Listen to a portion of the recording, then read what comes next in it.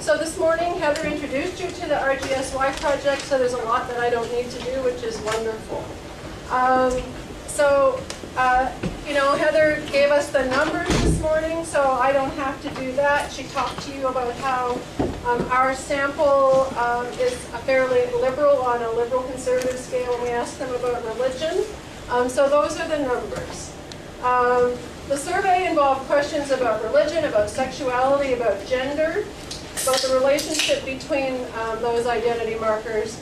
It also asked about being religious in a secular society. Today I'm not going to talk about any of that. I'm going to look at one tiny piece of stuff that we've discovered.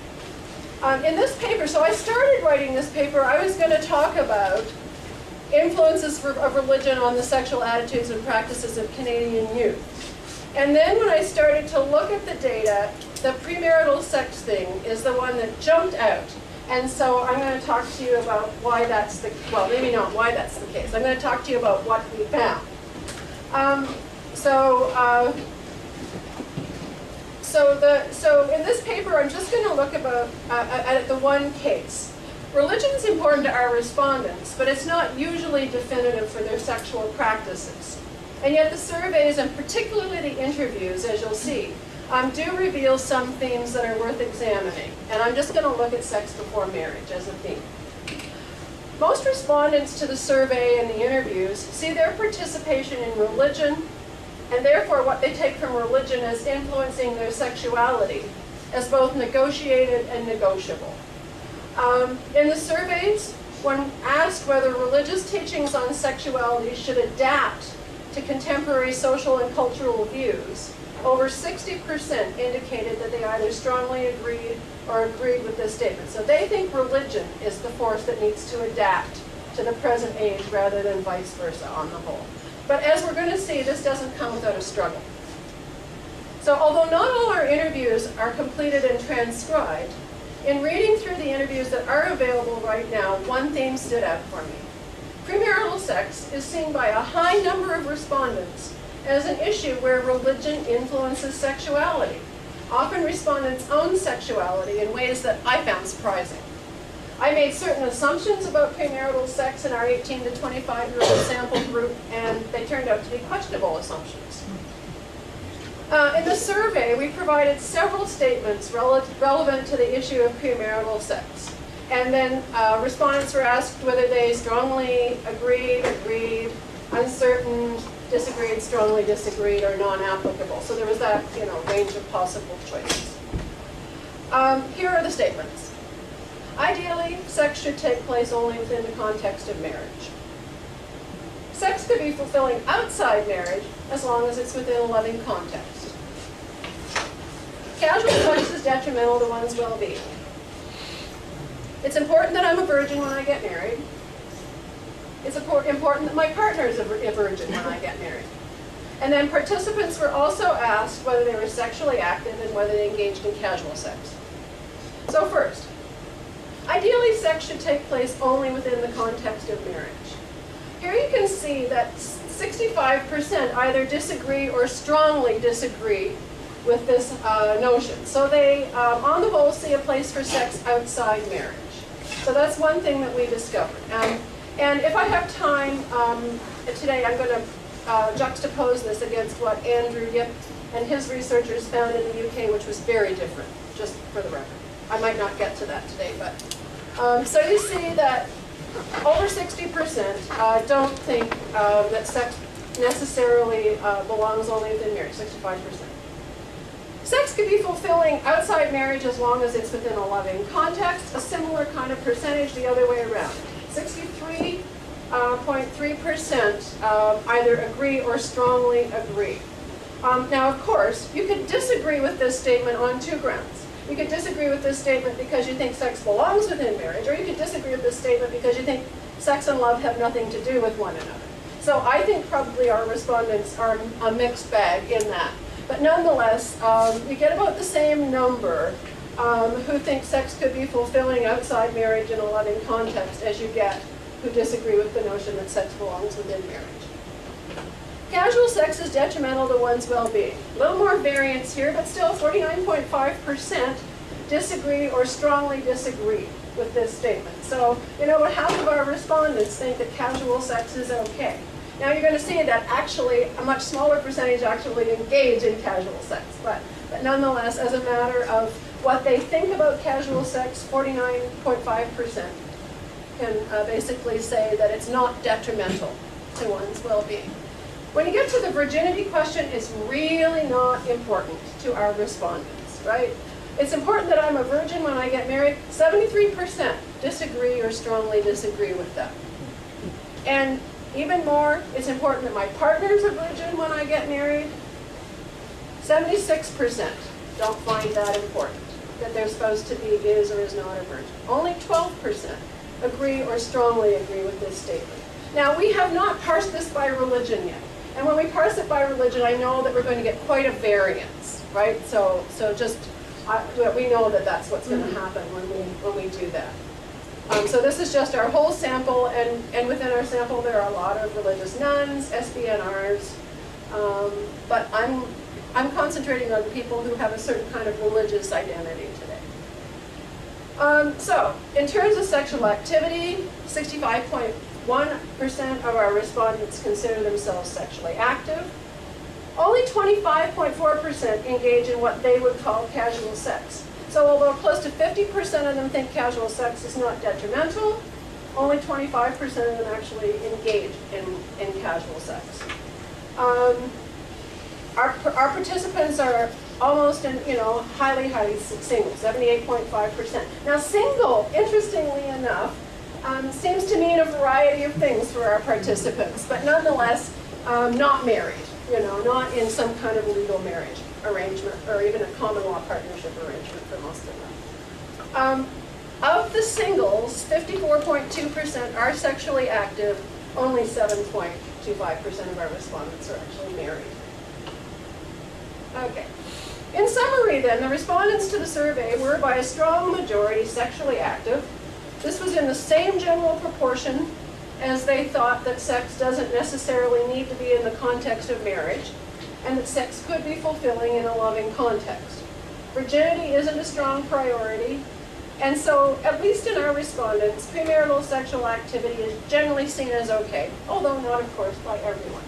Now, I've got some interesting statistics comparing this to what Andrew Yip and Sarah Jane Page and Michael Keenan found, but I'm going to skip over those for now, and they'll be in the chapter if they aren't in the presentation. In general, the responses to the survey don't surprise me. My assumption, based on research and conversations with lots of university-age young people, was that a large proportion of our respondents would be sexually active, and that premarital sex would not be seen as a huge issue for most of them. It's also worth noting that some respondents may have been sexually active in the past, but didn't see themselves that way in the present, too. So there's also that thing happening. In light of the surveys and the contrast between our data and the differences from our data in the UK, I made the assumption that religion had lost its power over premarital sex for our respondent group. But now I want to move on to the interviews and how interviewed respondents talked about premarital sex. One of the big surprises for me in the interviews was that whether or not the respondents were religious at the present time or were religious in the tradition of their upbringing, many held on to views of premarital sex that they themselves traced back to religion. So the views asserted themselves in different ways.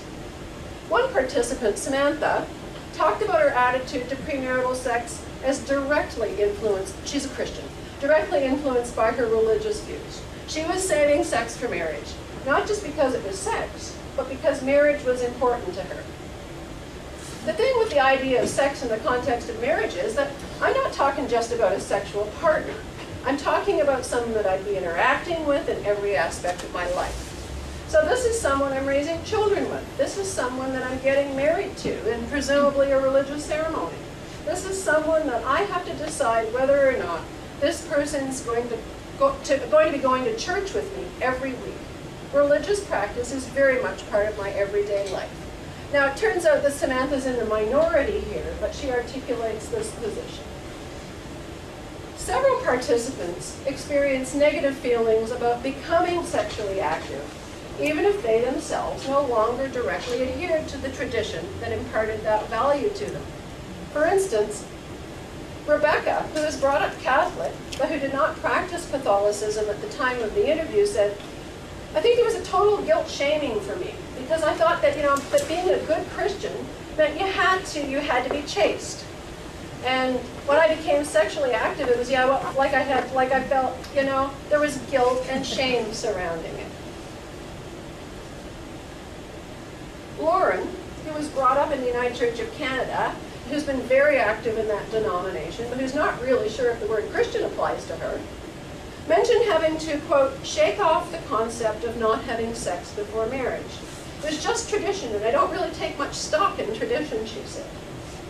And yet, although she said she did not follow the tradition, she went on to talk in detail about the agony for her of deciding whether or not to have intercourse with her heterosexual partner. She went on for some length about how difficult that decision was for her. After she made the decision, she was glad she had, but she understood it to be something even her liberal church wouldn't sanction. I think if I were taking my religious tradition into account, I wouldn't have a healthy sex life because I wouldn't be having sex, she said. Vanessa had a Christian upbringing, but's not sure she'd call herself a Christian now because she also engages in some New Age spiritual activities. She doesn't follow what she thinks of as the rules of Christianity, yet its influence stays with her.